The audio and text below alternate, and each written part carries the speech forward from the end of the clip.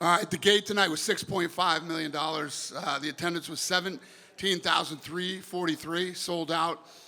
We have 3 of the 4 top 5 gates here. We're number 1, number 4, and number 5 all time. Tonight was number 4. Performance of the night went to you, Holland, Kayla, and Marab. They all won 50 grand. So first of all, we'll talk about Marab, his great performance. He's starting to look like one of the best bantamweights of all time, if not the best. When you look at a performance like that, what do you think it takes to beat a guy like Marab at this point? Yeah, I agree. We've been talking about that. We don't know. And Sean O'Malley came in 100% healthy, ready, mentally, physically, in every way you could be ready for this fight. And Marab finished. Yeah. Do you think it's just a case of now that Marab can just keep racking up these wins, add to his legacy to just cement the fact that he's the best ever, or would you call him the best bantamweight of all time already? Yeah, listen, he's definitely, he's there. And he will keep racking them up, I'm sure. The Umar rematch is interesting, you know. And it makes your legacy even better when you ran through everybody twice, so we'll think see. That could happen before the Corey Sandhagen fight? Or do you think No, okay. I'm just saying. Yeah. Obviously, Kayla Harrison won, become the new champion, and I think sometimes people criticize women's MMA, but when her and Amanda faced off, it felt like a really big fight. Do you agree with how big that fight is, and do you think it's as big as it used to be when you originally wanted to make it back in the day? I do, because I think, you know, now that she's come in the UFC and she's actually won the belt and fought her way up, and, you know, Amanda, people respect what Amanda did here, so I agree with you. It felt big. It was a badass stand. It was all organic. None of that was fake. We had no intentions of her going up into the octagon. I actually had to tell the guys to let her up. They weren't even letting her in. So, yes. Okay. I want to ask you about something else outside of tonight. It's a conversation we've had many times now, the Tom Aspinall-John Jones fight. It's a bit different now, right? Because John's been tweeting a lot about the fact that he's told you his plans, he's ready to vacate the belt, and all the rest of it. He said he's ready to vacate the belt? He said he doesn't care if you strip him, he would vacate it. Fucking crazy. Yeah, I've been busy. I haven't been keeping up with the gossip. He comes back. He's either back today or came back yesterday or whenever he was in Thailand. So he's home. We'll be home tonight. And Tuesday, we'll figure this out. If he doesn't fight, because he also called out Francis Ngannou. He said he'd rather fight Francis, which I assume. Who did? John. Yeah. Okay. Not that interested in that then. But if he doesn't fight Tom Aspinall and he does walk away, do you think he's ducked him? Would you? Tom Aspinall's the guy. He's the guy. I don't know. Yeah, we'll have to see how this plays. Listen, if the guy wants to retire and doesn't want to fight, nothing you do. I didn't want Habib to retire. I thought DC should have stayed in it longer. So it's none of my business. I'll do what I can to make the fight if we can. If he's talking that crazy shit, I didn't realize that. Yeah, and last one on this. I remember a time when GSP announced he was walking away after the Johnny Hendricks fight, and you said he owes it to the belt and the company to at least defend it against the guy that rightfully should fight for it. Do you think that's kind of the same here with John? Yeah, but John's been John since he walked in the door here. And yeah, I was younger then. Yeah, really, shit doesn't go the way you would like it to go all the time. Dana, what did you make of Patchy Mick's performance? Because it felt like when he came into the UFC, there was a bit more buzz from the diehard fans than the Chandlers and the MVPs. Because Patchy's in his prime, he's 21-1, he was the reigning champion coming over, and then online it just the kind of the narrative was that was not the Patchy Mix we had seen the last several years in there against Mario. So I'm curious, what did you make of it? Yeah, I mean, we've seen it happen before when you come from the smaller shows and get to the UFC. Some people shine and some people have a rough time. It's not easy. So. And with Marab, is he just like a promoter's dream? Because he's a character. He does have exciting fights. He said he wants to defend the belt 2 more times this year, which is 4 title fights in 1 year. Is he just a promoter's dream? Yeah, I love that. And he looks better every time he fights too. He looked really good tonight. Yes, yeah, he's similar question about Joshua Van. He's 23. He's like 2-0, 3-0 this year. He wants to fight 5-6 times this year. He's already saying he wants to fight in San Antonio at Noche UFC. So the broadcast seems to think he's a budding star at flyweight. Anybody who talks like that and says, I want to fight as many times this year, it's the greatest thing you can do for yourself. If you're really built that way, when you look at the old-time fighters in boxing, some of those guys used to fight every weekend. So yes, when that is your mentality, I agree with the guys. And if you can win, look at Hamzat when we were in Fight Island. He's like, I want to fight again next weekend. Yeah. I said, okay, love it. Same for Kevin Holland. He won, and he says he wants the worst welterweight in the division, and says he wants to fight Colby Covington. It's a fun fight. Yeah. And then just last one for me, more unrelated to this fight, but Turkey made it seem like you weren't going to be promoting the Terrence Crawford-Canelo fight. Is there anything you can kind of clear up on that? He made it feel like I wasn't? Yeah, well, he said that someone else was promoting it. He didn't say no TKO. He just didn't include your name in a tweet, and people kind of freaked out online about where'd Dana go. I'm going to tell you what's awesome, man. So there's a lot of fucked up things about boxing, but they don't say shit. Nobody talks. It's the most amazing thing. If we sign a deal, I got to fucking get on my phone quick and go, hey, we just fucking, because 90,000 people will be out there talking about it. These guys don't talk. I'm promoting the fight. Is that fight happening in Vegas still? Because I'll let you guys know when it's time to let you know. Dana here. To go back to Merab and his desire to have 4 title defenses this year, that's never happened before. The most was 3, and a few fighters have done that. Would you be willing to accommodate that schedule for him if he wants to do I never say no to guys that want to fight too much. Yeah. There's no such thing. Yeah. And just Kayla, obviously Olympic gold medalist, 2-time now UFC champion, 2-time PFL champion. Where would you rate her, I guess, amongst the greatest combat sports athletes overall resume? Well, she just won tonight. Let's let her defend a couple times, and and obviously she's going to fight the GOAT. So we'll see how that plays out. But yeah, what she's accomplished as an athlete, period, is awesome. She was in here talking about how hard the weight cuts on her, and it was really scary Thursday night. I talked to Ali a few days ago. He's like, I'd love to see her fight Amanda first at 45, and then maybe a rematch at 35. Would you ever entertain doing that fight first at 45? I don't know. Well, we haven't got into that yet. You know, tonight just sort of happened. You don't know who's going to win. Juliana's a little maniac, so who knows how that fight was going to go. But now that we know, and we know that Amanda really does want to fight her, we'll start figuring out all the details. Yeah. And to go back to the thing on John Jones, did you see the petition online from the fans? Yeah. What did you just make of that? Every human on earth was DMing it to me, and yeah, I saw it. I know you say you always listen to the fans and give the fans what they want. I'm just curious what you make of that. How many fans are there worldwide now? What's the number? It's 400 million or something like that. Yeah, 130,000 people want to see him stripped. Sure. Yeah. Not enough. No, I'm not saying that. It's kind of fucking silly. Sure. We didn't see you in Montreal. What did you think of Jack Del Madalena's title win over Bilal Muhammad? Yeah, incredible performance. Yeah. And you're looking at Islam and Jack for some time this year? We're working on some stuff, yeah. And just last thing, do you have any updates on the rights negotiations deal for the U.S.? Are talks happening? When could we hear an announcement? We're into it. We're deep into it. Yeah. Could happen in June, July, August, or September. Okay, thank you. Yep. Could you talk to us about Zombie, on your right, Dana? Yeah. Talk to us about Zombie Jr., Talk.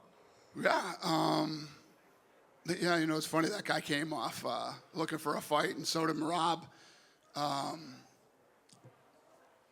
glad I signed him. He can strike pretty well. We going to get a good step up in competition from him soon, or just going to... I don't know. He just won tonight. We'll see what happens.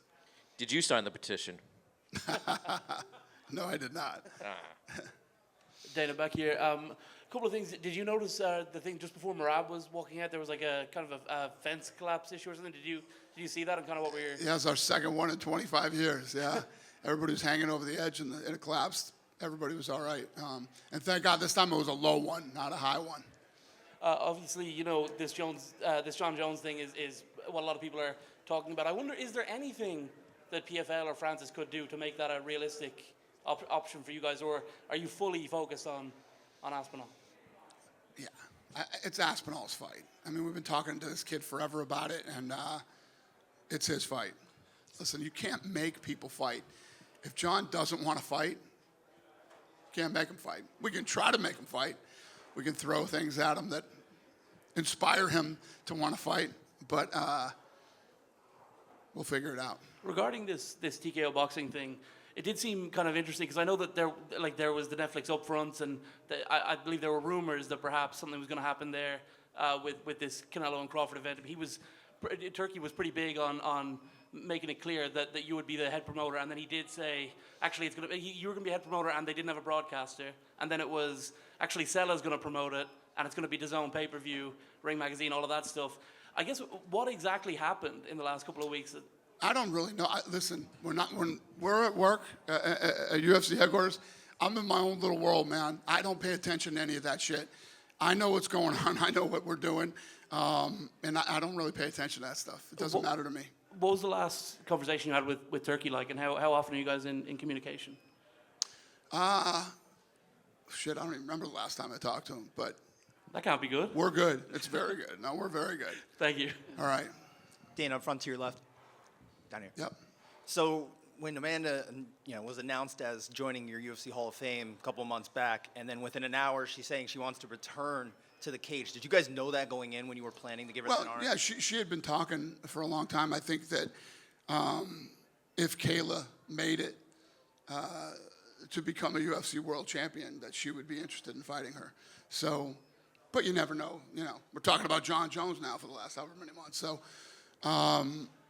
she showed up here tonight. She wanted to get up in the octagon. We let her. They faced off, and here we go. Did you, when you're thinking about giving this honor, typically you see it to fighters who've been out of the game for a little while, as Amanda was, right?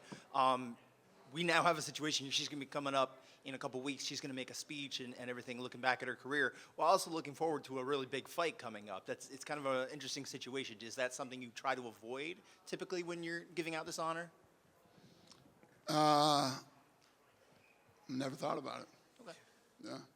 And I spoke with Amanda earlier this week. She was saying kind of her timeline ideal would be returning by the end of the year. Does that line up with something the UFC would like to get done? Well, like I say all the time, this just ended. We'll get back to the office and figure out what works for everybody. And yeah, I wouldn't imagine it's something that she's been off, and I don't know if she's been training. I don't know what she's been doing. Do you know she's in the testing pool? Is she in the pool? No, she's not in the pool either. So. One question about Sean, too. Obviously, 2 back-to-back losses to the same champion, a dominant champion here, puts him in kind of a weird place career-wise because, it's almost like that Max Holloway thing, lose twice to Volkanovski in back-to-back succession. What do you kind of see for him going forward? Well, O'Malley's got to go home, take some time off, spend some time with his family, do all this stuff, and then let us know what he's thinking. I have no idea where his head's at or where his head's going to be in a month. So this is one of those things, you let this kid go home and enjoy his life for a little while and clear his head and figure out what he wants, and then come back and tell us, and we'll figure it out. In theory, 45 could be an option. Is that something you'd be up for, or just... Would I be up for what? Seeing him go to 45. Oh, I don't know. That's up to him. Thank you. Dana, right back here. It was kind of crazy how much interest John showed in the Francis Ngannou fight. Like, there was some tweets going back and forth. What would happen if he came to you and says, like, I'll fight, but I won't fight Aspinall, I would fight Ngannou? Would you even be interested in that or no? I don't have Ngannou on her contract, and Aspinall's the guy. Right. If you were put in the position, would you maybe try to get Ngannou back under contract or no? Probably not. Yeah. Understood. I'm just curious. But I understand. last question for you is, I feel like the sport of MMA is starting to see some little bit of a change, right? You don't see champions making 5, 6 plus defenses anymore. A lot of them are kind of like 2, 3 and out, which goes to show that the sport is evolving kind of deal. Why do you think that is? Why do you think we're seeing kind of, shorter reigns, if you will? Shorter. Like title reigns. Oh, yeah, got it. I see what you're saying. Well, Merab might. We'll see what happens with Merab. It depends on the talent. The guys that did those type of defenses whether it was John Jones, who is considered by many the greatest of all time, Anderson Silva.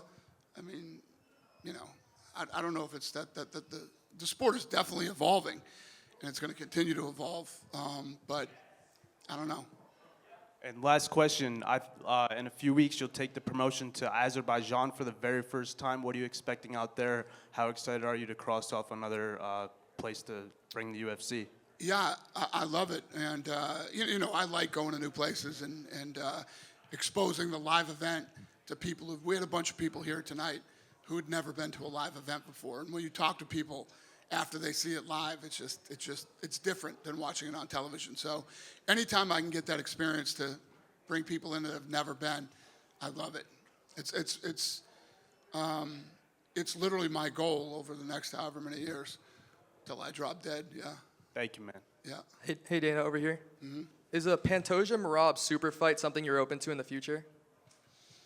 Never even thought about it till you just said it. I'm open to anything that makes sense and that people want to see. Also, you recently came out with the energy drink Form. If anyone wants to try it out, what's some flavors you recommend? The Form? Oh, well, obviously everybody is going to have their own opinions and their own. For mine is orange right now, but Lene loves the grape. I don't know. You got to choose for yourself. I'm orange. She's grape. The Screamin' Freedom is like the old Bomb Pops, and then I've never been like a Blue Raz or any of that shit kind of guy, but that's pretty good too. Thanks. Dana, right here. We haven't seen you since UFC 315, as Mike said. Valentina Shevchenko defended her title again. I know in the past you said you really liked the Zhang Weili super fight. Do you feel like with where those divisions are now, that you've had a month maybe to think about the matchmaking for Valentina, that now is the time to make that fight? Sure. So that will definitely be next. I'm going to get back, and we got matchmaking on Tuesday. And I tried. Thanks. We good? Dana, Yeah. Dana right here. Yeah. Alex Bahunin tweeted out that as of today, there will be no September pay-per-view. Can you confirm or deny that? No September. Oh, Noche? Yeah. Yeah. Okay, yeah, so there's no UFC pay-per-view in September this year. Yeah. Right? Yeah. We're going to go. We don't have a date for that one yet, but yeah. Okay. Yeah. So what happened was we were going to be down in Mexico. The arena's not ready for us, so we had to. Yeah, just screwed up plans. Yeah. Gotcha. So I've been debating this all week personally, but I wanted to know your thoughts. Is Kayla Amanda bigger than Amanda Cyborg was back then? Oh, definitely. Yeah, definitely. The sport's bigger. Yeah. Hey, Dana, congratulations on another successful event. Thank you. You now have your hand in the BJJ world with the UFC BJJ kicking off. Obviously, you own the MMA world and getting into the boxing world, which you will own. The slapping world. Slapping world. My apologies. But your boy, I'm sure you've heard of him, Joe Rogan, on his podcast mentions countless times that he would love for you to get into the kickboxing world. Have you ever thought about getting into the art of 8 limbs? No, I did. I shouldn't say no. Maybe I did. 20 years ago, we were looking at some stuff.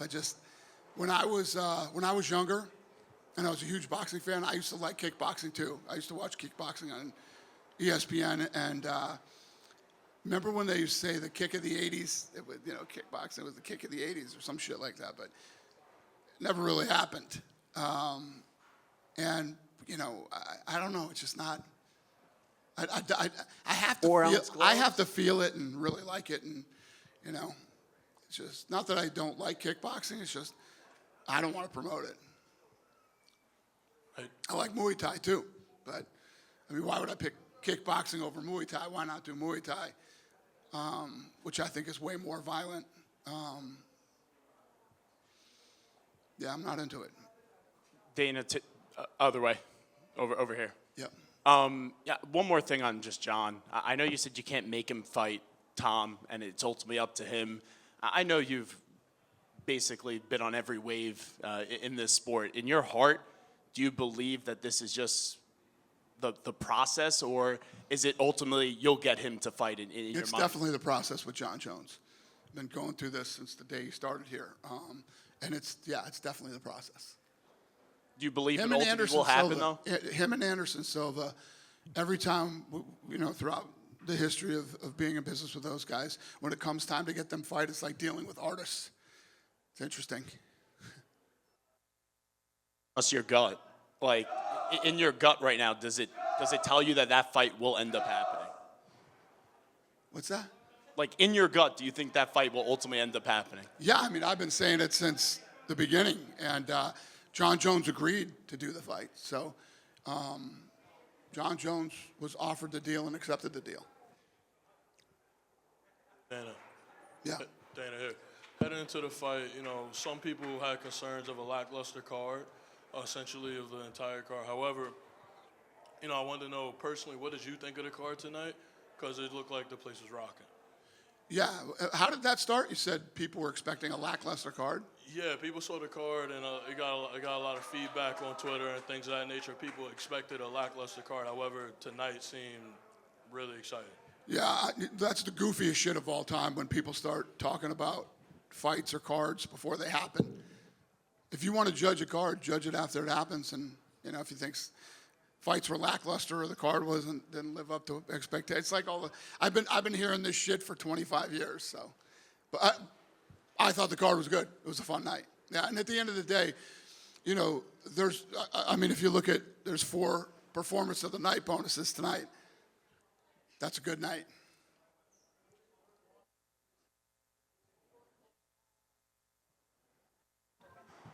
Try again.